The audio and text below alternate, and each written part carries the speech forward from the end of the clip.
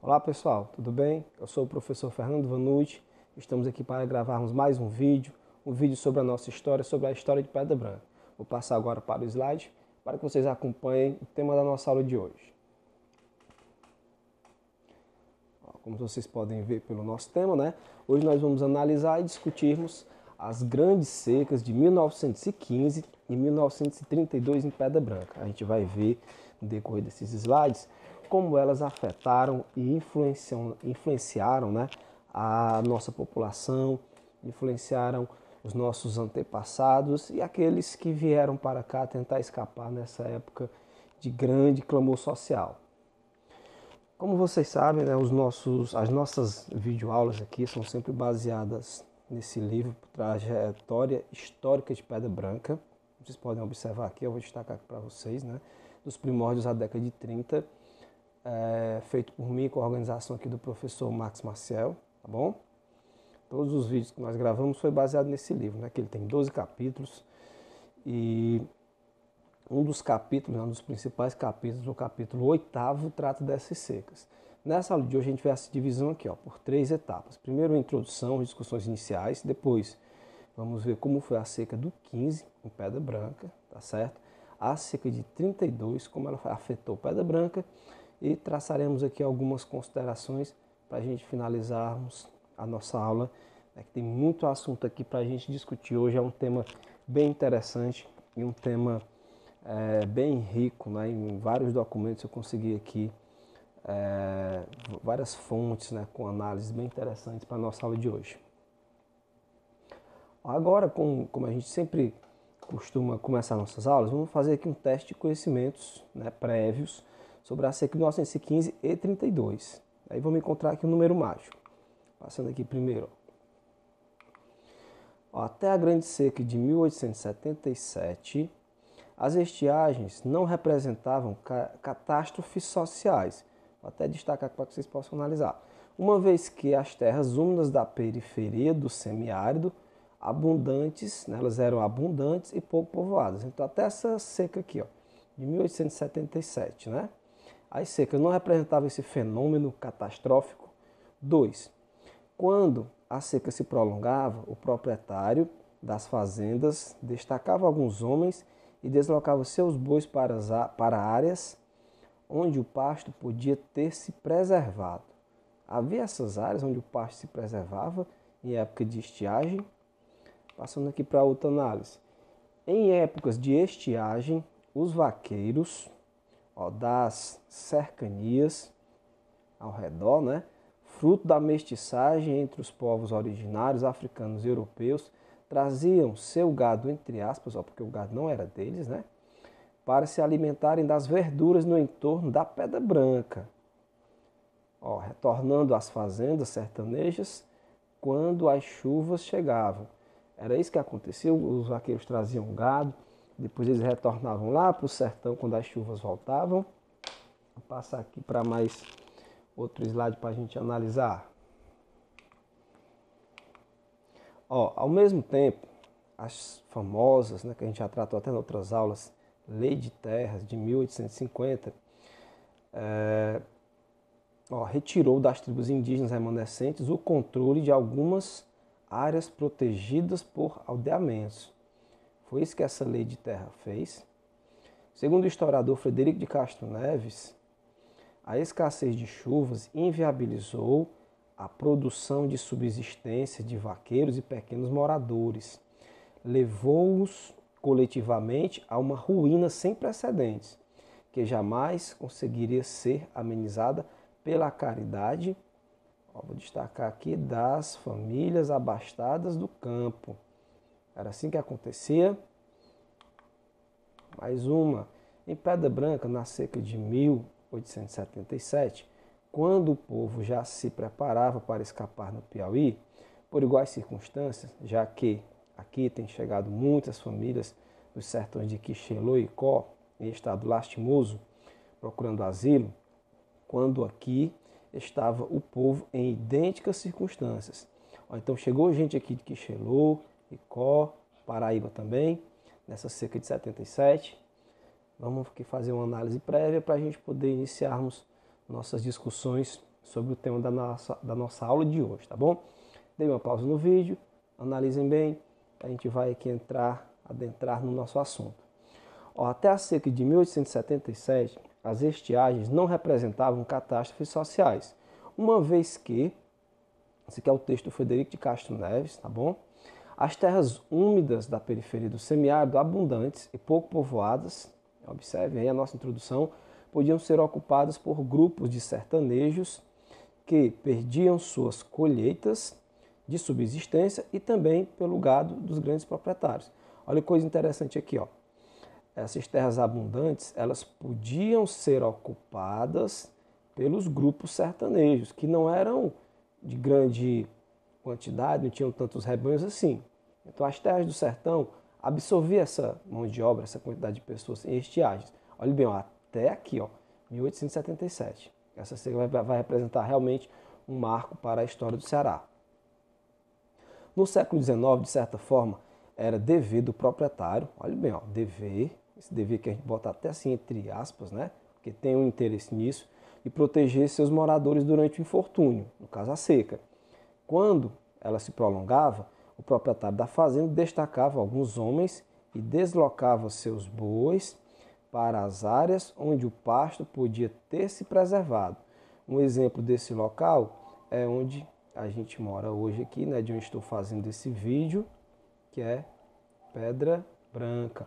Ó, quando o sertão não conseguia mais produzir pasto por causa da seca, né, os vaqueiros tangiam e traziam seus gados para as serras mais amenas, úmidas, que no sertão central, né, uma das serras que concentravam esse translado era a Serra de Pedra Branca.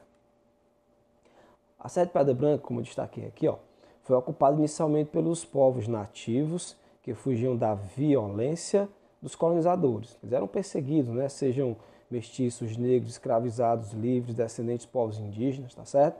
Eles escapavam da opressão, do cativeiro e do trabalho exploratório, tá certo? Eles escapavam tradicionalmente, né, fugindo para os locais onde a sua captura era dificultada, né? Se escondiam geralmente nas serras e lá podiam, por dezenas de anos, né, criar isoladamente ali suas famílias. Que é o caso de Pedra Branca, tá bom? Em épocas de estiagem, os vaqueiros das cercanias, fruto da mestiçagem entre os povos originários, né, porque os próprios vaqueiros, eles eram descendentes dos povos indígenas originários, africanos e também europeus, né, principalmente os europeus pobres, traziam seu gado para se alimentar das verduras do entorno do entorno da Pedra Branca, né, que eu estou falando aqui do objeto, né, do monumento que existia até então, né, na enorme pedra, o totem para os indígenas, que havia lá perto, né, próximo de onde hoje fica a matriz de Pedra Branca, tá certo? Ó, o destaque, ó, retornando às fazendas sertanejas quando as chuvas voltavam. Então, quem fundou a cidade de Pedra Branca, ó, não foram os vaqueiros, tá certo? Pelo contrário, foram os povos indígenas originários e seus descendentes, tá bom? Os vaqueiros, essa figura é importantíssima, né? Que vai criar os gados, que vai dar origem aqui à ocupação europeia, portuguesa dos sertões do Ceará. Eles traziam gado para a serra e voltavam na época de chuva, tá certo? Eles não eram proprietários dos bois, eles eram funcionários das fazendas do sertão. Então eles se encontravam mais ou menos ali, como a gente observa naquela pintura atrás da igreja, né, conversavam, dialogavam, etc., né, passavam meses em Pedra Branca, mas fixar em si mesmo não, tá certo? Quem vai se fixar, e a partir da Serra de Santa Rita, essa fixação, tá certo, de moradores onde hoje é a cidade de Pedra Branca, são logicamente agricultores, poceiros, né, pessoas que se apossaram dessa serra, que outrora, como a gente viu nas aulas anteriores, né, chegou a pertencer aos povos canidés e genipapos. O aumento da população sertaneja, fomentado pela produção algodoeira, inviabilizava o assistencialismo senhoril. Lembra que agora eles assistiam os seus moradores com a quantidade de pessoas, né, o aumento exacerbado de moradores na capitania do Ceará por conta da produção do algodão, os senhores, né, fazendeiros, coronéis, não vai ter como mais que ajudar, né, dar comida para os seus trabalhadores, tá certo? Por isso que eu coloquei ali no slide anterior uma assistência entre aspas, certo? Porque essa ajuda ela representava a manutenção da mão de obra daquele povo pobre que ia ser explorado por esses fazendeiros. A proteção paternalista, devido à dimensão da produção que a demandava, tornou-se insuficiente, tá certo? Deixando sem alternativas de sobrevivência uma população de centenas de milhares de pessoas. Quando a população era menor, certo? Os coronéis conseguiam dar uma ajuda ali com um pouco de alimentos, de ração, e as populações escapavam, não precisavam migrar. Agora não vai ter como alimentar milhares de pessoas. Por conta disso, vai surgir, né, um novo fenômeno, uma figura interessante, que é o flagelado, certo? E o retirante, que ele vai ter agora que retirar de suas terras, das terras nas quais eles viviam, né, que eram agregados, a maior parte deles, para tentar sobreviver em outras regiões, né, em outros centros urbanos, no litoral, e mais na frente a gente vai ver que eles vão migrar até para a Amazônia.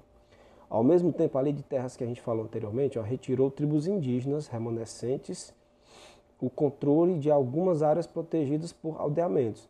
Então, a massa de povo pobre, de gente que vai existir vagando no Ceará, são descendentes desses povos indígenas. Tiveram suas terras tomadas aqui pela lei de terras. Então, eles ficavam vagando de fazenda em fazenda em busca de terra de trabalho. A confluência desses fatores resultou numa enorme massa de sertanejos pobres vagando pelos sertões, seguindo líderes messiânicos, como a gente conhece mais perto aqui de nós, né? O Antônio Conselheiro, aqui de Quixeramobim, certo? E adentrando em bando de cangaceiros, né? Como Antônio Silvindo e o mais famoso deles, que por diversas vezes andou aqui pelo Ceará, o Lampião. Era uma das alternativas para a população que não queria ser explorada pelos coronéis do sertão. A escassez de chuvas inviabilizando a produção de subsistência de vaqueiros e pequenos moradores levou-os coletivamente a uma ruína sem precedentes, que jamais conseguiria ser amenizada pela caridade das famílias abastadas do campo, nem pelo senso do dever paternalista de proteção por parte de alguns coronéis, muito ciosos de perder seu campo de domínio político, porque aquela população ali representava o domínio econômico e o domínio político também dos coronéis. Eles eram a grande massa de trabalho para os coronéis, tá certo? E a seca representava isso. Ela pegou tanto de surpresa os trabalhadores pobres, né, quanto também os coronéis que não tinham como manter esse domínio político aqui, como a gente falou aqui anteriormente. A seca de 1877 levou uma multidão de cearenses a se retirarem para a capital do estado. Os fortalezenses viram sua cidade, Fortaleza tinha apenas cerca de 27 mil habitantes. Com a retirada, né, de Flagelados do Sertão, ela vai para cerca de 100 mil, praticamente quadruplica o tamanho de Fortaleza, tá certo? Em Fortaleza, notícias diárias de cenas de impacto aterrorizavam os provincianos cidadãos da capital. Esse aqui é o texto de Frederico de Castro Neves. Roubos, prostituições, suicídios, assassinos, antropofagia, mendicância, tudo isso acontecia em Fortaleza, né? Segundo, obviamente, relatos. E deixava a elite fortalezense assustada, tá bom? Numa época de higienismo, de darwinismo social, de eugenia, tá certo? Onde os pobres eram tratados como inferiores, de Belle Époque, onde Fortaleza queria imitar Paris. Então tudo isso fazia com que eles buscassem uma forma de conter essa migração em massa aqui para Fortaleza. As maiores vilas do interior recebiam flagelados da zona rural, de povoados menores e até de estados limítrofes. Tem relato de pessoas de outros estados vindo até para Pedra Branca, a gente vai ver lá na frente. Como a estrutura assistencialista dessas cidades era modesta e não absorvia todos os flagelados, milhares deles se dirigiam às estações férreas ou iam a pé, como a Raquel de Queiroz relata lá no 15, né, para as cidades maiores do litoral. Como a gente deu o exemplo aqui, certo? O caso de Fortaleza, que a população praticamente quadruplica, e daí é a origem de alguns bairros periféricos mais antigos, como por exemplo o Pirambu, né, que surge dessas, e todos os bairros periféricos, aliás, né, seca após seca, eles vão surgindo dessa migração. Né? Inicialmente a gente tem ali como um relato o bairro do Pirambu, que é formado por esses flagelados das secas de 77, 15, 32. Em Pedra Branca, na seca de 1877, quando o povo já se preparava para escapar no Piauí, por iguais circunstâncias, já que tem chegado, como a gente falou lá anteriormente, muitas famílias dos sertões de Quixelô, né, dos sertões centrais, a do centro-sul de Icó, até mesmo da Paraíba. Em lastimoso, né, estado, procurando asilo, quando aqui estava o povo em idênticas circunstâncias. Isso aqui eram os relatos que a gente encontra dos políticos da época, como por exemplo aqui do padre, né? Essa é uma carta do padre João do Nascimento Issá ao presidente da província do Ceará, falando, né, como é que estava a situação da população. Já estava ruim, ainda chegando mais gente de fora, ele no caso pedindo ajuda, né, pedindo os chamados socorros, né, que eram alimentos que o governo mandava para ajudar essas populações. Os municípios interioranos já não tinham mais capacidade para observar os flagelados, já debilitados pela fome e desidratados pelo calor. Muitos sertanejos, desse modo, padeceram no longo caminho até a capital cearense, como eu disse para vocês, né? A Raquel muito bem relata aqui no livro 15. O intuito de proteger as elites urbanas daquela turba de retirantes desvalidos, o governo federal ele criou em 1909 a Inspetoria de Obras contra as Secas, né? O famoso, aqui, o pioneiro Infox, que depois vai dar origem a outros órgãos de combate às secas, inaugurando a ação estatal no semiárido nordestino, bem como o seu lado mais nefasto, que é a famosa indústria da seca, né, que ela vai surgir a partir da exploração e do aproveitamento, tá certo? Tanto da mão de obra como que da riqueza, do investimento do governo, seja desviando alimentos, superfaturando, seja aproveitando a mão de obra desses trabalhadores famélicos em suas estradas, né, nos seus terrenos, aproveitando suas fazendas, construindo açudes em suas terras e fortalecendo o laço clientelista de domínio do eleitorado, né, e do povo pobre cearense, e no caso aqui de Pedra Branca.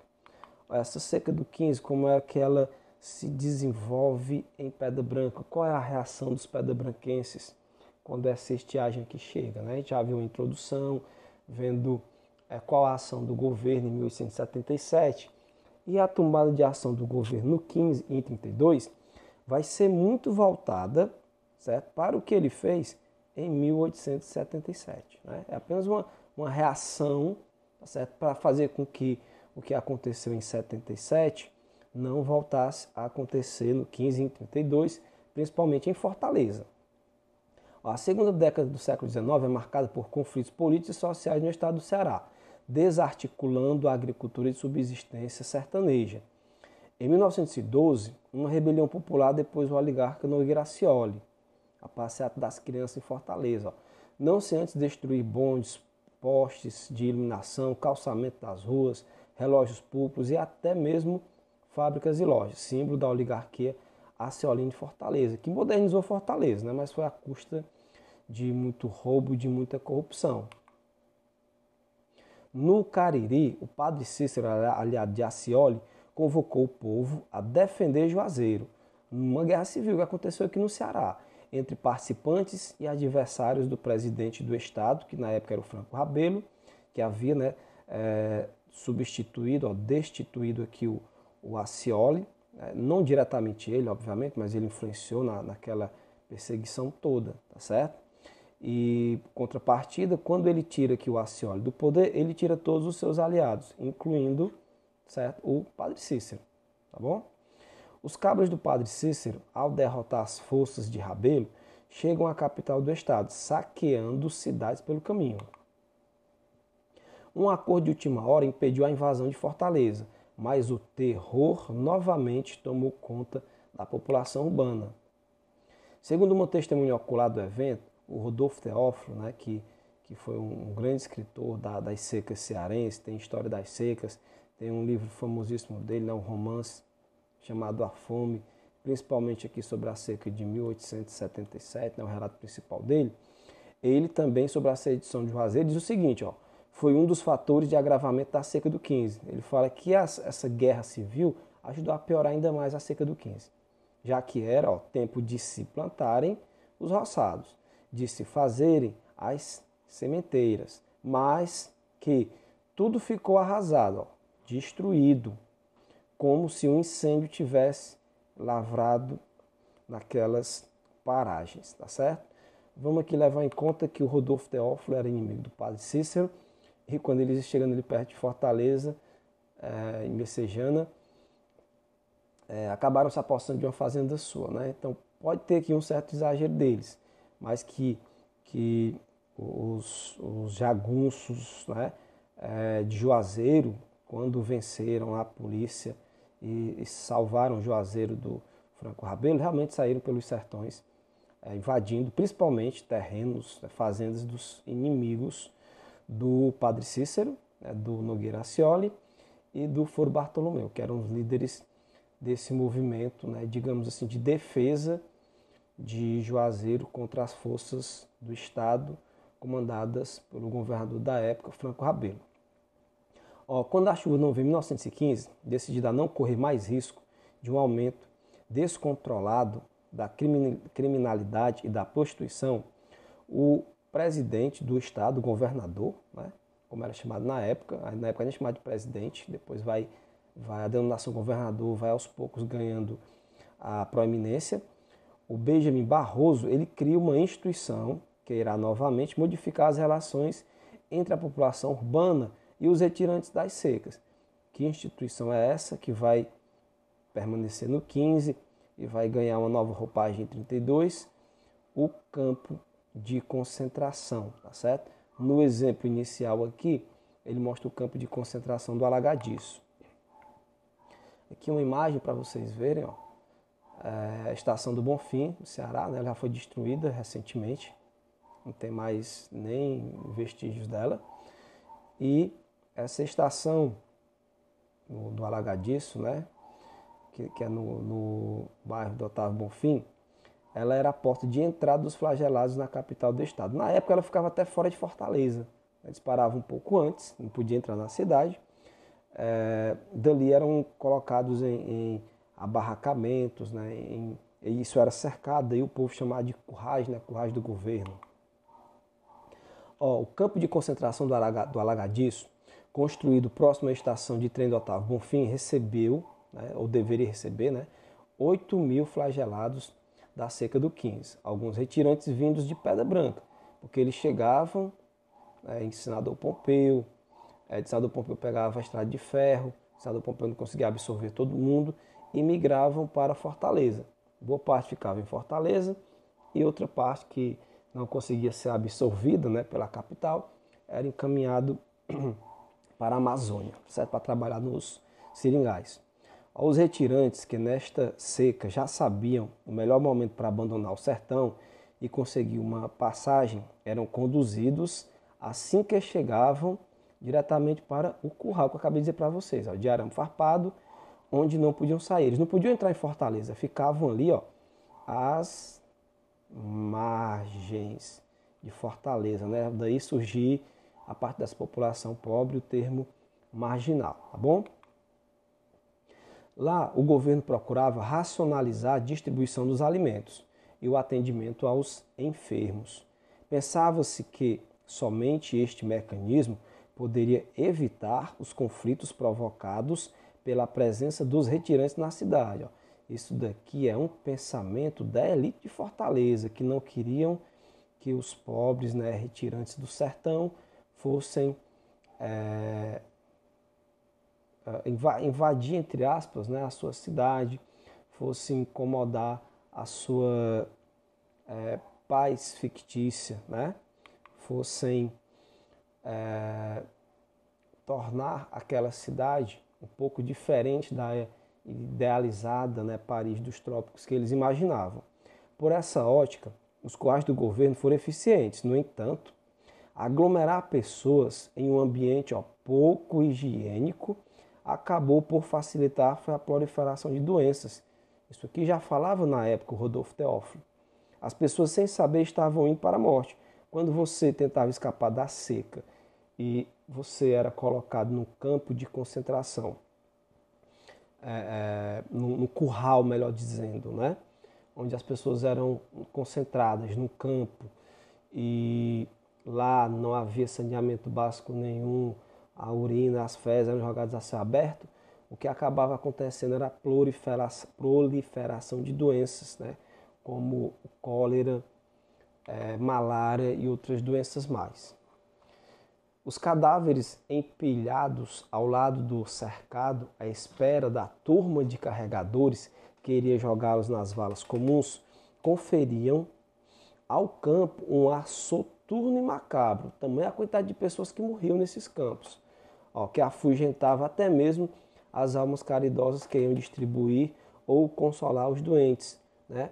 As moças caridosas, tá certo, da capital de Fortaleza, sabendo do que estava acontecendo, iam lá, mas quando chegavam perto não aguentavam, né? Tem relatos delas reclamando dos odores horríveis da população desses campos que estavam muito desvalidas, mal tinham roupas, né, para cobrir, como chamava-se na época, suas vergonhas, tá certo? Aos flagelados de Pedra Branca, para tentar sobreviver à seca de 1915, restava se tornar caçaco, tá certo? Procurando trabalho nas frentes de serviço, onde a comida e a água eram resgatadas, aliás, regradas, né, tinham poucas, e distribuídas sobre olhos esbugalhados e esfomeados de todos, né? O pessoal da prefeitura, tá certo? Da guarda municipal reunia os retirantes e dividia, dava ali um pouco, uma porção de comida, né, todo dia, para os que estavam trabalhando, tá certo? Vamos deixar isso bem claro, trabalhando na limpeza das ruas, na construção de calçamentos, né, no restauro do açude do povo, da igreja, do cemitério, tá certo? E eles ganhavam sim uma pequena porção de comida ali que mal dava para alimentar a sua família, né? Mesmo fracos, sem força, só dava a comida em troca do trabalho. E com a falta d'água, né? com a sujeira, a falta de higiene, eles eram apelidados pejorativamente de caçaco, né? Que é o nosso gambá aqui do sertão. A fome dos pedra-branquenses mais pobres era tamanha, olha só que coisa interessante, que até os calangos, caçacos estavam escassos, que eles comiam tudo, né? Quando encontrados, se transformavam em banquetes para os retirantes. Boatos diziam que das bandas do Cariri, até crianças pequenas, né? Isso aqui são boatos, a gente não tem comprovação, estavam sendo tomadas, mortas e esquartejadas para servir de alimento. O que aterrorizava, obviamente, as elites locais, que quando você viu uma pessoa pobre, você associava ela ao crime, né? A essas coisas todas que as lendas e os boatos associavam. Tá bom? Então, ao invés de tratar aquele povo pobre como alguém de direito, né? Como um homem, um ser humano, uma mulher que precisa de alimento, da caridade, muitas vezes eles eram tratados nessa ótica, né? Como inimigos, como pessoas terríveis. Rogério Cavalcante, no livro dele, bem interessante, Os Caçacos do Holocausto Brasileiro, ele relata umas memórias do seu avô Amadeu, certo? Da família dos Cavalcante, né? E ele diz o seguinte, que o marido de Dona Tibuça, uma senhora que vivia em Pedra Branca naquele período, foi embora para a Amazônia, tá certo? Como eu falei para você anteriormente, era uma saída para escapar da seca. E foi na seca do 15, jamais voltando, né? Isso acontecia por quê? Porque às vezes lá você adoecia, né? Varíola, malária, né? Geralmente era malária, as doenças na Amazônia. As feras da floresta podiam assassinar essas pessoas, conflitos internos, né? Lá eles sofriam bastante, também eram muito explorados, né? Então ele acabou deixando a mulher e os filhos em Pedra Branca, no sítio de dentro. Isso se localiza ali pertinho ali do sítio novo, né? Ainda hoje recebe o mesmo nome, o sítio de dentro, né? Ele morava lá.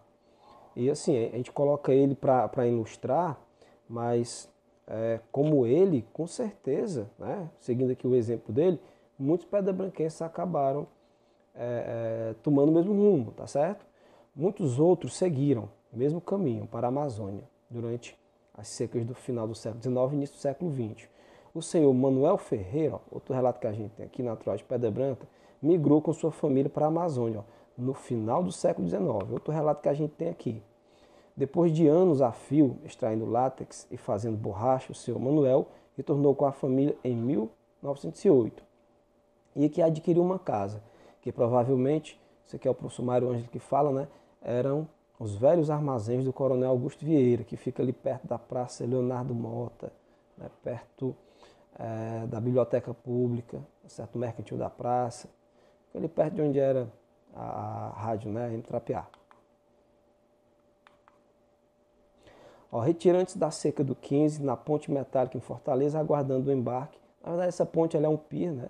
Não chega a ser uma ponte, é só um local de embarque e desembarque. E aí em Fortaleza, eles ficavam lá esperando, ó, vários retirantes do interior, como vocês podem observar aqui, eles, suas famílias, né? Para migrarem para a Amazônia. E vamos ver aqui um trecho interessante do professor Marco Antônio Villa, falando de como era feita essas migrações para a Amazônia. O professor chega a falar que isso aqui era teratológico, era assustador, né? Ó, cenas de desespero e impotência ante a prepotência governamental eram rotineiras no porto de Fortaleza. Os comandantes dos navios onde vigiavam os nordestinos nos porões da terceira classe tinham ordens de proibir o embarque de qualquer doente. A maioria dessas pessoas estavam doentes, né? Mas doentes de fraqueza mesmo, de fome, tá certo? Inúmeras famílias, por conta disso, eram desfeitas. Quando do embarque, pois ao ser detectado qualquer doente, o comandante mandava imediatamente desembarcá-lo. Então muitas vezes ficavam as crianças abandonadas em Fortaleza, às vezes o pai, às vezes a mãe, né? Muitas mães e pais foram separados à força de seus filhos, né? Que o professor Marco Antônio Villa, do seu livro, né? Falando sobre a história das secas, e a citação aqui é do Rogério Cavalcante. O distrito de Santa Cruz do Banabuiú tem seu nome popular, Cruzeta, ligado à morte de uma mulher chamada Mazé, que morreu na seca do 15, que é uma história bem interessante também, que eu coloquei para vocês, para ilustrar, né, outro caso de uma pedra branquense, né, que teve sua vida ceifada por conta da terrível seca e da falta de assistência do governo. Segundo Rogério Cavalcante, o sinistro começa quando alguns caçacos que limpavam o local, né, as ruas da Cruzeta, sem querer acabaram arrancando a cruz de uma pequena sepultura que havia na beira da estrada. A partir daí começou a aparição da imagem de uma mulher. Eles estavam lá limpando a estrada, né, fazendo, né, a atual estrada, na verdade, e arrancaram a cruz sem querer, né? A visagem era de uma senhora de nome Mazé, cabelos compridos e de um vestido branco, que morreram de fome na seca do 15. Seu corpo estava sendo levado pela estrada a pé a Pedra Branca, dentro de uma rede, né, até o cemitério de Pedra Branca, que é os relatos que acabou ficando na memória da população. Mas, como já estava em elevado estado de putrefação, decidiu enterrá-la ali mesmo naquele local. Isso é antes de existir o povoado de Santa Cruz do Banabuiú, tá certo? Conhecido atualmente como Cruzeta. Então, lá no local, enterraram essa mulher. À noite, quando a mulher aparecia, sempre dizia que queria uma cruz de volta, né? A cruz que representava ali o local onde ela faleceu. Aí, o que os caçacos fizeram, né? Logo, resolveram erguer uma cruz maior e mais bonita no mesmo local para satisfazer a cruz de Mazé. E é o local onde está lá a cruz, né, que representa o povoado de Santa Cruz do Banabuiú, que vai se formar depois, né, no cruzamento da BR-226 e da BR-020, né? E em razão disso, a visagem daquela mulher jamais, né, foi vista novamente. Isso aqui é uma história interessante que fica na memória popular, né, sobre a terrível, né, seca do 15. No entorno da encruzilhada surgiu o povoado que eu falei para vocês de Santa Cruz do Banabuiú na década de 1950. Agora vamos analisar, pessoal, a seca de 1932 em Pedra Branca, que é bem interessante também, né? No 15, 70 mil pessoas migraram do Ceará, principalmente para a Amazônia. Entre eles, como exemplificado, que a gente falou anteriormente, muitos pedra-branquenses. Era um mal necessário. Quem falava isso aqui eram as elites, né? Danoso para a economia do Estado. Certo? Por que era danoso? Porque se as pessoas migravam, ia faltar mão de obra. Por isso, em 1932, as autoridades governamentais buscaram preservar a mão de obra faminta. Eles não queriam que aquele povo migrasse, queriam que eles sobrevivessem àquela estiagem, para quando acabar ali a estiagem, eles pudessem voltar para as suas fazendas, né, e trabalhar de forma compulsória, explorada, né, e enriquecer, aumentar, né, os seus cabedais, enriquecê-los. Consoante a historiadora Kênia Souza Rios, os novos campos de concentração deveriam ser interpretados a partir dos parâmetros de civilidade e modernidade. Né? Logicamente que na concepção da elite, tá certo? Eles achavam feio aquele negócio dos retirantes estarem em Fortaleza, né? Que a população pobre, para escapar da fome, praticavam atos criminosos, que a gente considera criminosos, obviamente, mas aquilo era para sobreviver, né? Invasão de armazéns, etc. Mas, para a elite, isso era contra que a civilidade e a modernidade. Então, eles deveriam permanecer longe de Fortaleza, né? E ficar no interior. Desse modo, a historiadora argumenta que deixar os retirantes dispersos dificultaria extraordinariamente qualquer tipo de trabalho de assistência mais cuidadosa junto, né, deles. Reunidos ficariam mais às vistas do governo, portanto, estarão melhor amparados. Né? Isso é o que as pessoas diziam à época, tá bom? Em abril de 32, quando a seca se confirmava, uma onda faminta se desloca para Fortaleza. Né? Depois de abril aqui, vê, não vai ser seco mesmo. As pessoas migram em massa para a capital, a cidade mais importante do Ceará já era Fortaleza. Chega a capital um trem de carga, para exemplificar, vindo de Senador Pompeu, com cerca de 300 retirantes espremidos nos vagões de carga. Causou grande sensação. Um dos quadros mais dolorosos, mais constristadores da atual crise climatéria que assoberba o Estado. Né? Isso aqui foi o que um jornalista lá do jornal do Nordeste, né, falou na época sobre o que ele viu. Né? Isso era a percepção, né, da elite de Fortaleza sobre aquela população pobre que migrava para lá. Né? Ele fala que era uma situação assim, muito contristadora, né? Muito triste, muito deprimente. Foram criadas sobre a fiscalização do Departamento das Secas, primeiro foi o IOCS, depois o IFOX, 7 concentrações, né, que são os campos de concentração, como ficou conhecido.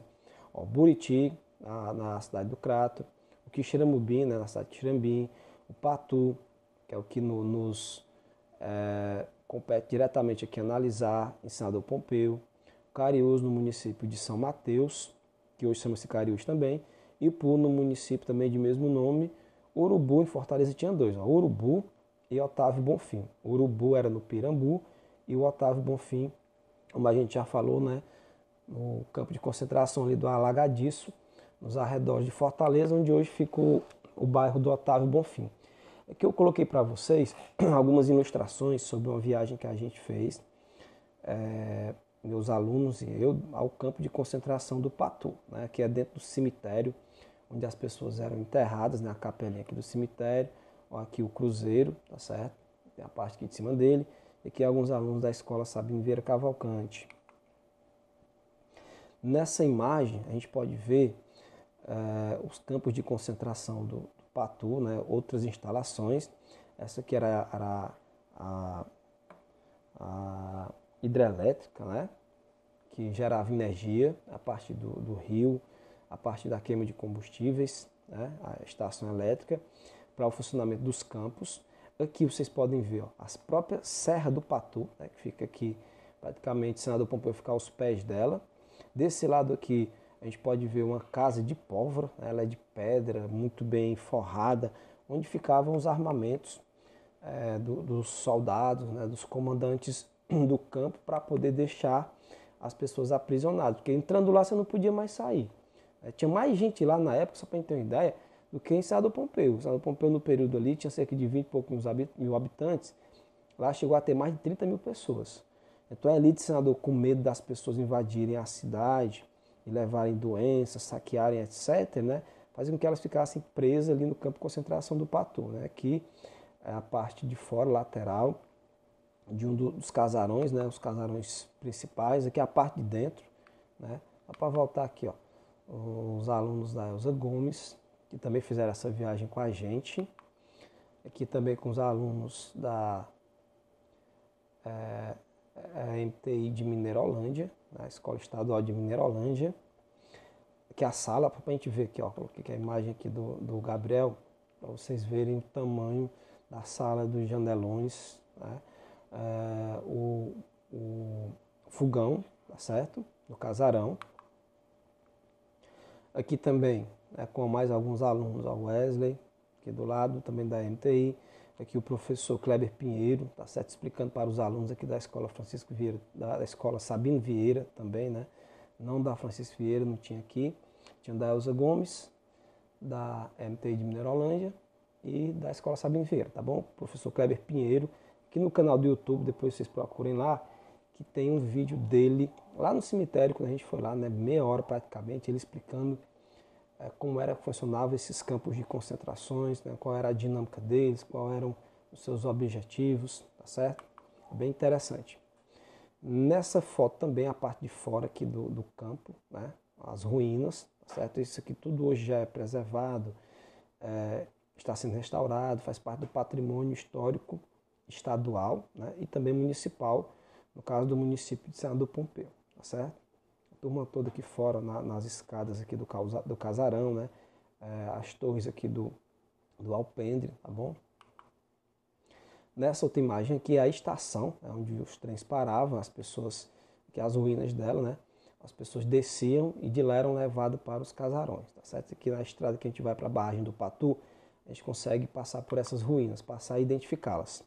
Aos flagelados, muitos de Pedra Branca se dirigiam a Senador Pompeu para trabalhar na obra de construção do Açude do Patu, iniciada, como eu destaquei para vocês aqui, em 1923, e que se encontrava interrompida. Né? Mas como eles já sabiam que tinha aquele local ali, quando ocorreu a seca de 32, né, eles usaram essas instalações para concentrar, né, esses flagelados famélicos dos sertões, não só de Pedra Branca, obviamente. Né? Aglomeravam-se nas praças e ruas próximas à estação, vivendo de esmola e do apoio de comerciantes ou do vigário local, tanto em Senador, nas cidades por onde passavam a linha férrea, tinha as estações, tá certo? De lá, muitos eram levados para Fortaleza, depois foi proibida esse translado, né, desses retirantes, e acabaram, quando as cidades menores, Pedra Branca, Mombaça, não absorvia, né, o excedente, era colocado nesses campos de concentração, certo?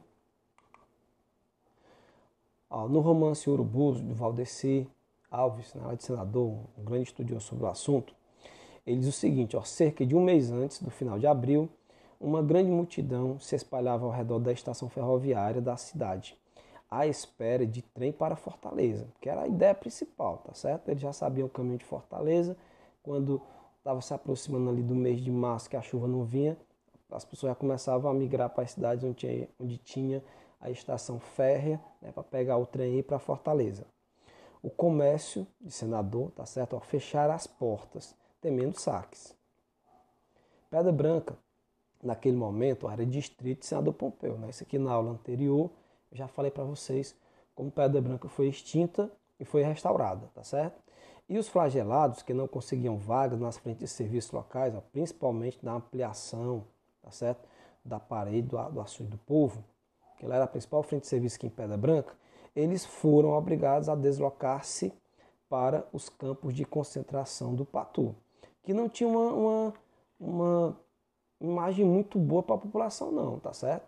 O Caboclo Santana, que a gente vai vir falar sobre ele mais na frente, ele ficava era ameaçando, ou você trabalha direitinho, ou você se comporta, ou então manda você lá para o campo de concentração do Patu. Então já tinha uma memória do campo de concentração do Patu, ó, de fome, de inanição, do cólera, né, de morte. Isso até era uma coisa sabida naquele período já pela população. Ó, no campo do Patu eram mortos 60 bois por mês, porém, menos da metade era distribuída para os flagelados. E, mesmo assim, as piores partes das reses mortas. Por quê? Porque uma parte ficava na cidade mesmo.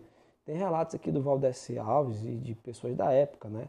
As partes mais nobres do boi ficavam na cidade, para o prefeito, para os vereadores, para os comerciantes, e lá mesmo só os restos, para os campos de concentração, né? Para os miseráveis, né? Para os pobres.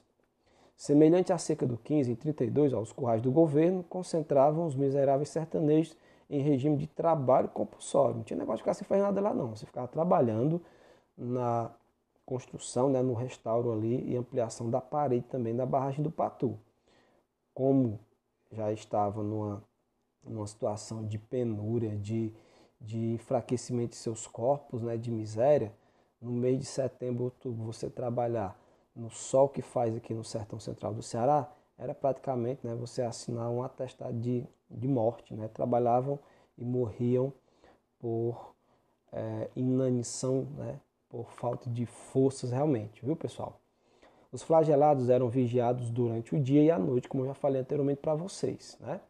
Na concentração do Patu, por exemplo, o serviço de polícia era feito por duas turmas de 36 homens, divididos em 5 postos durante o dia e 6 no correr da noite. Então, 24 horas eles eram vigiados.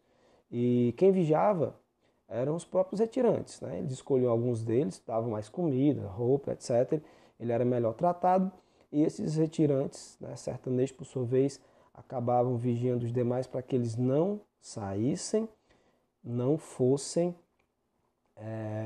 causar nenhum espanto, nenhuma preocupação à elite, né, sertaneja. Nós estamos falando aqui de Senador Pompeu principalmente, mas isso era em todo o sertão, né, que por sua vez acabavam adquirindo, ficando, né, com boa parte dos alimentos que eram, né, desviados, tá certo? Que deveriam ir para os campos de concentração, ficava alimentando, né, essas elites exploratórias, né, essas elites hipócritas, tá certo? Que falavam de cristianismo, que iam para as missas rezar, mas que ao mesmo tempo não tinha nenhuma compaixão por esse povo pobre. Uma das poucas fotos existentes aqui do campo de concentração do Patu, onde eles paravam, né, as estações as próximas da barragem, né, os trens paravam e eles pegavam esses espaços menores aqui de trens, ó, certo? Esses carros menores abertos, e eram levados, né, até os casarões lá em cima no Patu. A gente está vendo aqui mais alguns campos, alguns acampamentos, abarracamentos, tá certo? Tinham vários. O que a gente viu que sobrou, pessoal, é basicamente os que ficavam, os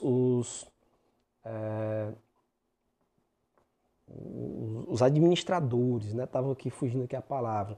Os administradores do campo, que eles ficavam já nessas casas construídas pelos ingleses quando eles iniciaram a obra de construção do Patu.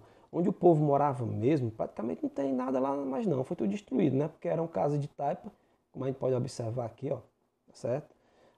Nesses abarracamentos, né? De taipa, de madeira, de palha. Então o tempo, né, acabou, as intempéries acabou destruindo esses abarracamentos populares. Inclusive o do Patu é o único que tem ruínas encontradas no estado do Ceará, porque os demais, como não tinha construções de alvenaria prontas, né, tudo era feito com a estrutura de construções de taipa mesmo, né, barro, madeira, palha, e por isso com o passar do tempo foi tudo destruído.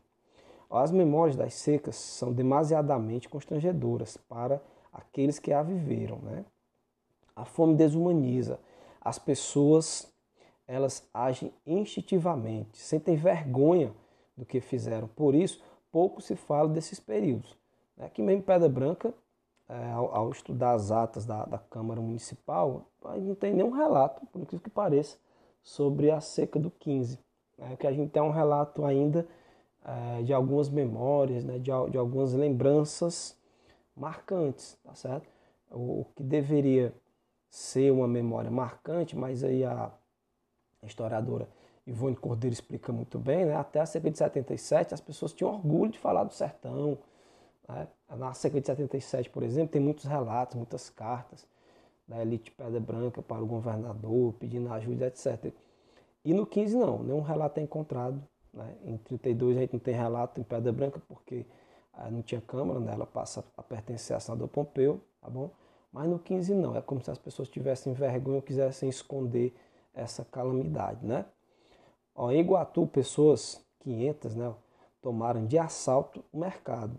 Os retirantes de Juazeiro do Norte, movidos pelo desespero e a fome, assaltaram alguns estabelecimentos em busca de comida. Né? Não tinha ajuda da elite e era a saída que se tinha para não morrer de fome. Né? O governo também na época não ajudava quase nada. Quando ajudava era com poucas frentes de serviço, né? Que mal dava para alimentar as pessoas. Em Pedra Branca, quase todas as famílias perderam algum de seus entes queridos, ou porque morreram dentro do campo de concentração, ou porque foram embora, uns para a Amazônia, outros para lutar na Revolução de São Paulo. Né? Em 1932 está aqui destacada, na qual São Paulo, né, lutava contra o governo do Vargas.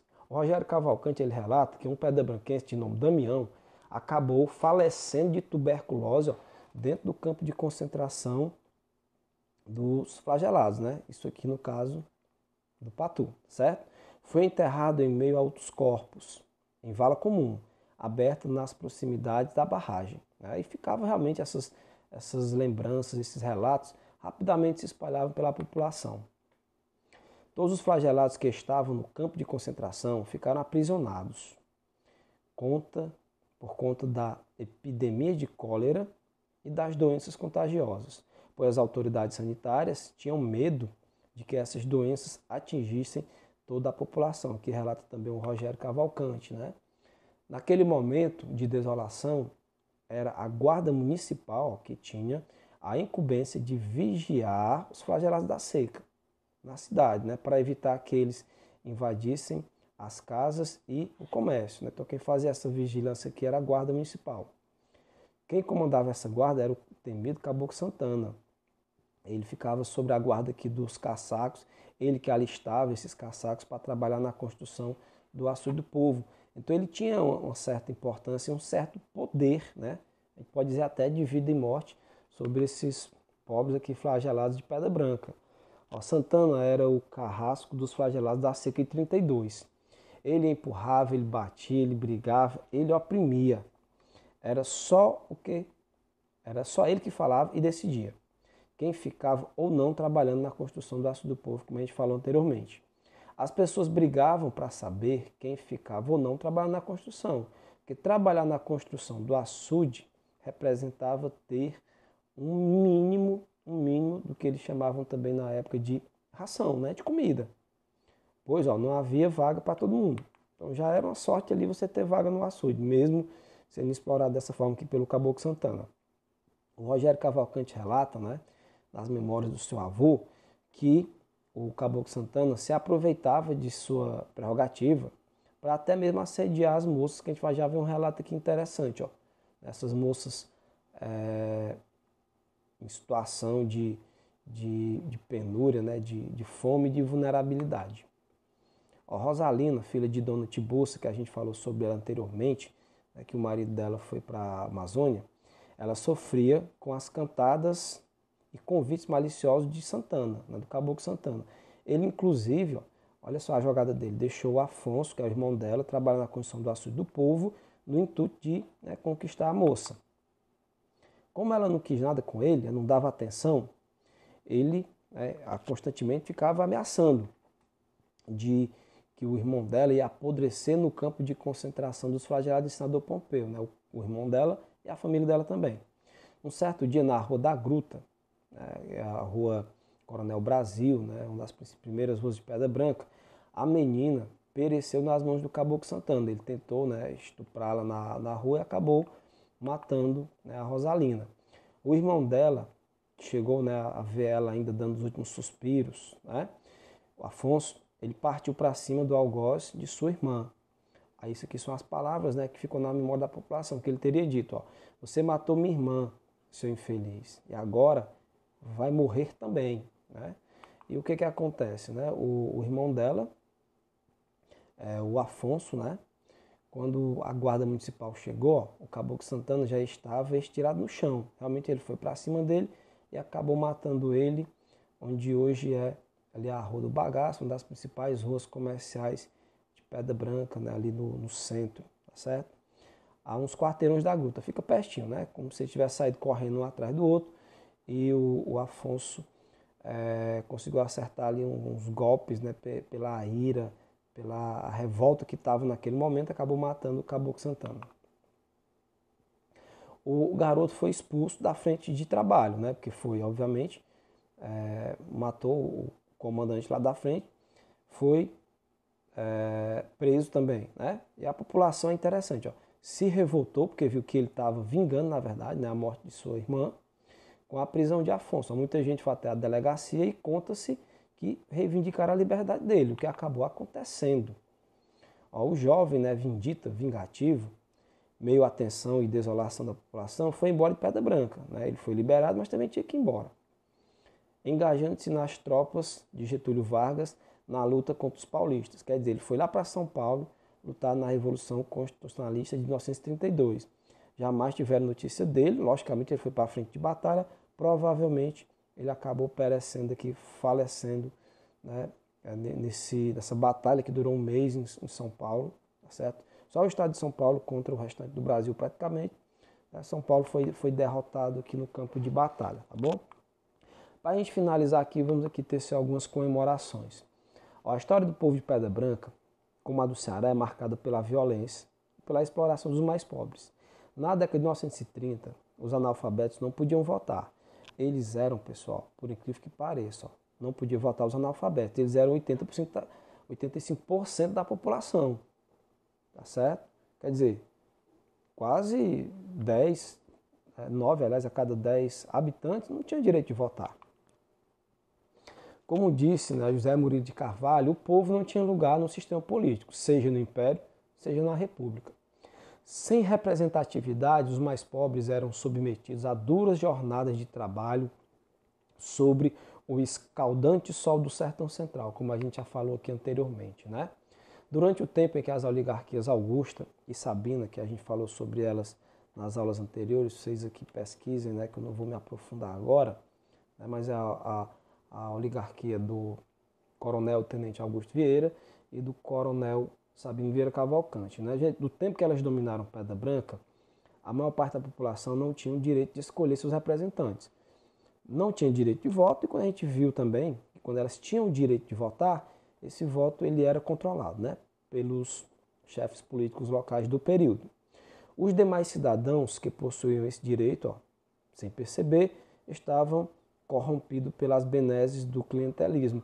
Como os trabalhos eram dados, os empregos, né, por esses chefes políticos locais, ou você aceitava, né, o emprego e acabava se tornando aliado dele, ou você era expulso do seu emprego, era perseguido, né? Então, muitas vezes era conveniente, né, fazer parte para o povo também, né, desse modelo clientelista. Nas circunstâncias citadas, é possível compreender as mazelas que assolaram, né, e assolavam a sociedade pedra-branquense nas secas de 15 e 32. Né? O povo despreparado, o povo desassistido, o povo explorado. Agora vamos aqui finalizar, pessoal, testando os conhecimentos sobre o que a gente viu lá no início da aula, para a gente finalizar, tá bom? Vamos lá. Ó. Até a Grande Seca de 1977, as estiagens não representavam catástrofes sociais, uma vez que as terras úmidas da periferia do semiárido eram abundantes, né, e pouco povoada, corretíssima. Né? Tinha a seca que tem há cerca de 10 mil anos, mas as pessoas não pereciam tanto com a seca, né? Sabiam sobreviver.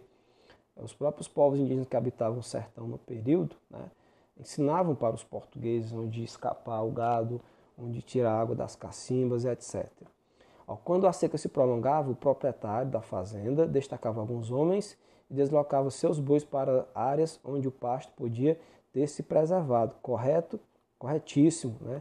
Um exemplo disso aqui é a Serra de Pedra Branca, onde os vaqueiros vão trazer o gado para cá, vão se encontrar, obviamente, né? Vai ter uma relação social importante entre esses vaqueiros das fazendas do sertão, porém, eles não vão ser os primeiros fundadores de Pedra Branca, tá certo? Os fundadores são outros, né? São agricultores, descendentes de povos indígenas e africanos, né? Que fugiram também do cativeiro, né? Vieram viver livremente aqui nas terras serranas do Ceará, no caso de Pedra Branca também. Em épocas de estiagem, os vaqueiros das cercanias, fruto da mestiçagem entre os povos originários africanos e europeus, traziam seu gado para se alimentar nas verduras do entorno de Pedra Branca, retornando das fazendas sertanejas quando as chuvas chegavam. Corretíssima também, retornava às fazendas, entendeu? Eles não ficaram, eles não fundaram Pedra Branca. Essa ideia de que eles fundaram Pedra Branca é falsa, né? Sim, como o quadro lá diz, eu falei para vocês, e até o historiador Raimundo Girão relata no livro Ceará, né, que eu até li o livro recentemente, os vaqueiros se encontravam, olhe bem, eles se encontravam no entorno da Pedra Branca. Não tem nenhum relato dizendo que eles fundaram Pedra Branca não, tá bom? Essa é uma criação memorialística e tem também uma explicação sobre isso. Lá nas aulas anteriores vocês vão ver com maior detalhe, né? Como é que eu explico essa construção mística, lendária, lá do século XIX. No Brasil todo havia, né? Em Pedra Branca também. Ao mesmo tempo, a Lei de Terras de 1850 retirou das tribos indígenas remanescentes o controle de algumas áreas protegidas por aldeamento. Sim, essas tribos indígenas, esses indígenas, na verdade, né, que viviam nesses aldeamentos, quando eles perderem suas terras, esses aldeamentos vão se transformar em vilas. Eles não vão ter mais terras. Eles vão ser a mão de obra barata dos fazendeiros do sertão, tá certo? Eles vão ser os agregados, muitos também vão até ser mesmo escravizados, a escravização indígena sempre houve, tá certo? Mas vai ser essa mão de obra barata que vai ficar migrando de fazenda em fazenda, né, trabalhando por jornadas, por dias, e que vai sofrer, né, muito. São esses povos indígenas, seus descendentes, que vão sofrer muito com as secas futuras que irão acontecer durante o final do século XIX, porque ocorre várias também, não é só de 1877, tá certo? 1900 acontece também, 1889, por aí vai, 1898, e também no decorrer de todo o século XX, tá certo? Então isso aqui, verdadeiro. Segundo o historiador Frederico de Castro Neves, a escassez de chuvas, inviabilizando a produção de subsistência de vaqueiros e pequenos moradores, levou-os coletivamente a uma ruína sem precedentes, que jamais conseguiria ser amenizada pela caridade das famílias abastadas do sertão. Isso.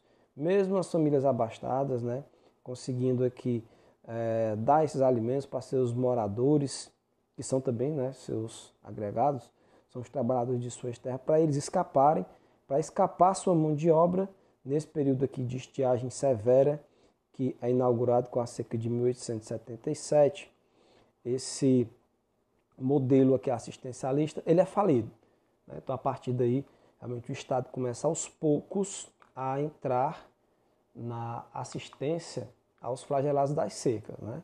Apesar de que essa assistência vai ser